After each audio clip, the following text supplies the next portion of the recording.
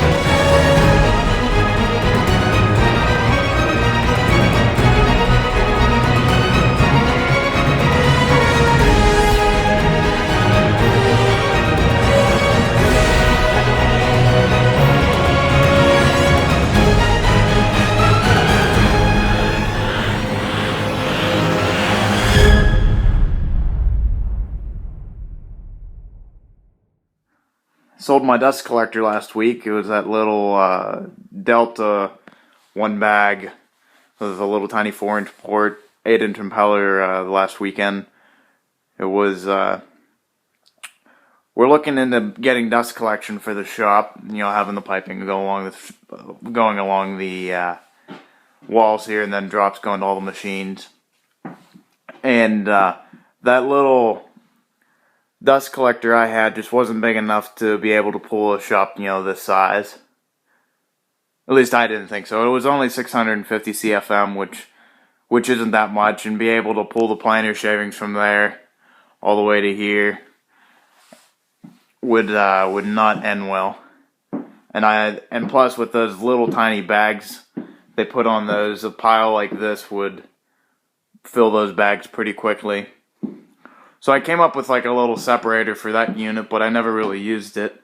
It was from Rockler. It was just two ports that go on a piece of plywood over top of your bin and have a two L brackets going opposite ways to give you a cyclone. But those types of cyclones were never real efficient in a barrel like that, because the more sawdust you get going up, the less cyclone, the less filtration. So you could bag clog it and get sawdust to go into your filter bags. So I bought a new one, 3-horse, 3-phase, so let's go take a look at it. So I'm over here in the barn. Here it is. It's got a full-blown cyclone in it. I think it's around a 14-inch or a 15-inch impeller. The import is an 8-inch import. And then it's got a reducer down to a 7. That might come off, that might stay. It's an aluminum impeller. All steel. I'm starting to wonder if it was maybe homemade. The guy I bought it off of didn't say so, or didn't have any comment. But, you look at the steel, the thickness of the steel is insane for a manufacturer to put on. But I think the cyclone, the impeller, the motor, and the cyclone is all manufacturer made, because there is a tag right here. It's by A-Jet. I haven't heard of them.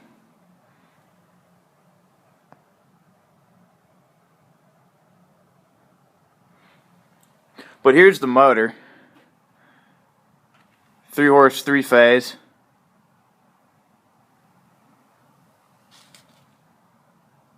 I have actually heard of people wiring 3-phase motors over to single phase.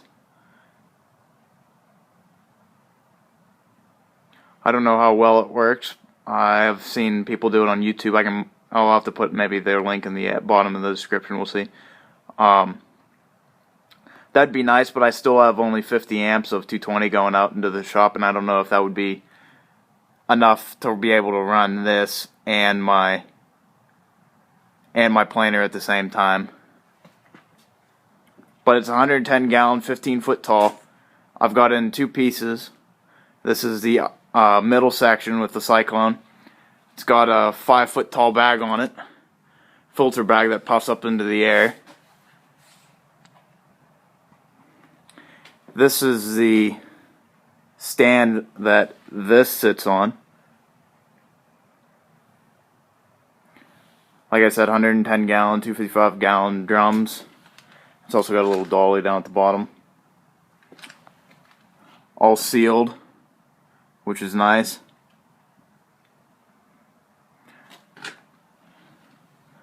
Now, one thing I did think about was, being that I don't have a lot of electric for the shop, I thought about putting a gas on it. A gas, being 3-phase, you need at least 3 times the power, so this is a 3-horse. So you need around 9 horsepower to run this thing. I don't think it's going to take that much, personally. But then again, you'd be surprised. That is a fairly large impeller on it, which would pull the shop very nicely. So what I'm thinking about doing is buying a Predator or a Duro Max, not a Duramax diesel, but a Duro Max, 7-horse, electric start, all the good stuff. Get this thing running. And I'd have the shaft come out here with 2 bearings, a block for them to sit on this metal stand, and then the motor would sit down in the bottom here, pulley going up. Probably use dual belts. Get all that shafting and stuff from the surplus center. I'm thinking gas to run it, and then that'll give me variable speed to a certain extent. It'll give me variable speed, 1,000 to around 5,000 RPMs, which is quite a bit for something like that. I'll probably never run it full bore, but that doesn't really matter to me. I do have a 3-horse gas, an old Kohler, about 50 years old, upstairs. Hold on a second. So this is the 3 horsepower I was talking about. This is on an old homemade 90-degree miter saw. 18-inch blade. It's pretty big blade, I'd say so. Still got good bearings. I think it's homemade. I'm standing on a whole bunch of stuff here. Still got good bearings on it. And surprisingly, it's got a blade guard. But this is the motor I'm thinking about using. I don't know if I will or not. It's like my dad says, it's about 50 years old. Still has good compression. You can see it's a little hard to pull. I'm moving the entire contraption here. It's got some writing here. See if I can't get the camera to focus on it. Although, unfortunately for me, I don't know too much about gas motors. Other than you pull the handle and it should start. So this is what I'm thinking about using for that. Or a Predator or a Duro Max for that thing. Alright, so here's the shop. This thing would have to sit outside. So what I'm thinking about doing is, being that it's 15 feet tall, I can't quite fit it inside a shed that size. So what I'm thinking about doing is having it sit here outside, which would allow me to use a gas motor, like what I showed you upstairs, and that would allow me to use that, bring the gravel pad out, 4 feet or so, have the 2 barrels sit on the bottom. The thing would be mounted to the wall, and I didn't close it all so no one can see it, and then I'd have a couple stacks hanging out for the intake and the exhaust on it. Maybe put some cherry bombs on it, that'd be nice. It wouldn't sit here between the windows. Alright, so I'm back inside here, and what I showed you was just on the other side of this wall. And what I'd do is I'd run, for the lines, I'm going to have an import coming in here.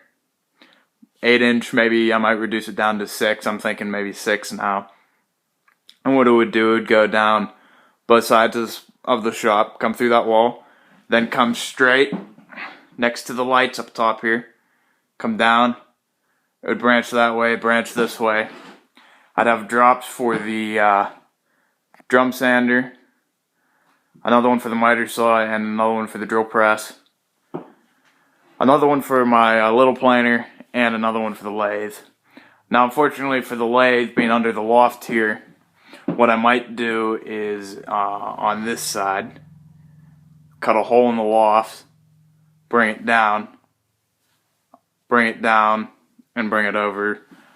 Something to the tune of that for the lathe. Then on this side of the shop, I'll have 6-inch piping coming down, one to the planer. I might maybe have to move this cabinet that way. No, I might not because I got a plug there, but I'll figure out something with this cabinet because I can't fit a 6-inch pipe anywhere along this cabinet for the planer and the joiner. I'll have to figure out something. Then I'll have to figure out something for hooking up the planer to dust collection. I might have to build something like a surrounding, take off the trade guard, and have it come up along the wall. Then have a flex. I know it'll be steel piping coming down to flex hose to a blast gate, then the flex hose to the machines.